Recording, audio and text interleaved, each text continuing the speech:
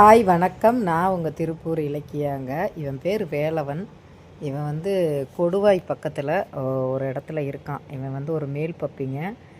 இவனுக்கு மிஞ்சி போனால் ஒரு 12-13 மாதம் தான் இருக்கும் இவன் பிறந்து. இவன் சந்தர்ப்ப சூழ்நிலைனால போன வருஷம் எங்ககிட்ட இடம் இல்லைன்னு சொல்லி ஒரு பிரச்சனையாச்சு எம்எஸ் நகரில்.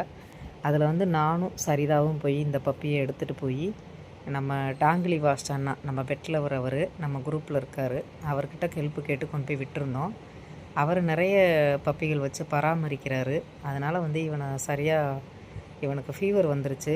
கண்ணில் வந்து ப்ளூ கலராக மாறி கண் பார்வை தெரியாமல் கஷ்டப்படுறான் அப்படின்னு சொல்லி எனக்கும் சரிதாவுக்கும் வீடியோ அனுப்பி இந்த பப்பியை எடுத்துகிட்டு போய் இது ரெடி பண்ணுங்கம்மா, உடம்பு சரியில்லை இதுக்கு அப்படின்னு சொல்லி கூப்பிட்டுருந்தாரு. எனக்கு உடம்பு சரியில்லைங்க, அதனால தான் நான் வீடியோ சரியாக போட முடியலை. அப்புறம் நான் சரிதா கிட்ட தான் ஹெல்ப்பு கேட்டிருந்தேன். சரிதாவும் போய் அந்த பப்பியை ஹாஸ்பிட்டலில் எடுத்துகிட்டு வந்துட்டாங்க. நம்ம கிரியா ஹாஸ்பிட்டல் கொண்டு போய் வெயிட்லாம் செக் பண்ணி பார்த்துருக்காங்க. டெம்பரேச்சர் வந்து 105 இருந்திருக்கு. அதுபோக வந்து கண் பார்வை வந்து ஏதோ ஒரு வைரஸு தாக்கின மாதிரி இருக்குதுன்னு சொல்லியிருக்காங்க. ப்ளட் டெஸ்ட்டு பார்த்ததில் டிக் ஃபீவரு 105.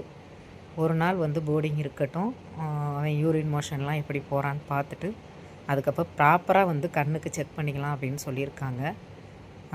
அதுக்கப்புறம் இன்றைக்கி மார்னிங் போய் ரத்தம் வந்து ரொம்ப கம்மியாக இருக்குது. இவன் நல்லா நான்வெஜ் சாப்பிடுவான். அங்கே வந்து அந்தளவுக்கு வாரத்தில் 1 நாள் 2 நாள் தான் அந்த அண்ணன் கொடுப்பாரு. ஏன்னா அங்கே அவங்க பிள்ளைங்க வந்து அவர் யாருக்கிட்டே எந்த எதிர்பார்ப்பும் இல்லாமல் தன்னோட சொந்த செலவில் அந்த பப்பிகளெல்லாம் பராமரிச்சிட்ருக்காரு. அதனால் வந்து அவரால் இந்த ஒரு குழந்தைய தனியாக கவனிக்க முடியல. உடம்பு ஃபுல்லாக டிக்கு, உடம்பு ஃபுல்லாக புண்ணு இருக்குங்க. அன்னைக்கு இடம் இல்லை, இன்றைக்கி நம்மக்கிட்ட இடம் இருக்குது. அதனால் இவனை நம்ம கண்ட்ரோலில் எடுத்துகிட்டு போய் பராமரிக்கலாம் அப்படின்னு ஒரு ஐடியாவில் ஹாஸ்பிட்டல் எடுத்துகிட்டு போயாச்சுங்க.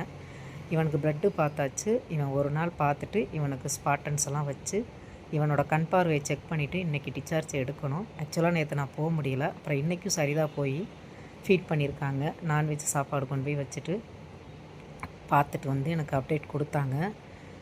இந்த குழந்தைய நம்ம காப்பாற்றணுங்க, இது நம்மளை நம்பி வந்தது, அதனால் இந்த குழந்தையை பராமரிக்கணும், இதுக்கு ஹாஸ்பிட்டல் செலவு இருக்குது. நான் எங்கே ஜிபே போட்டேன், எல்லாருமே இப்போ ஜிபே போட்டு ஹெல்ப்பு கேட்க ஆரம்பிச்சிட்டாங்க. அதனால் எங்களுக்கு ஹெல்ப்பு கேட்குறதுக்கே சங்கடமாக இருக்குது.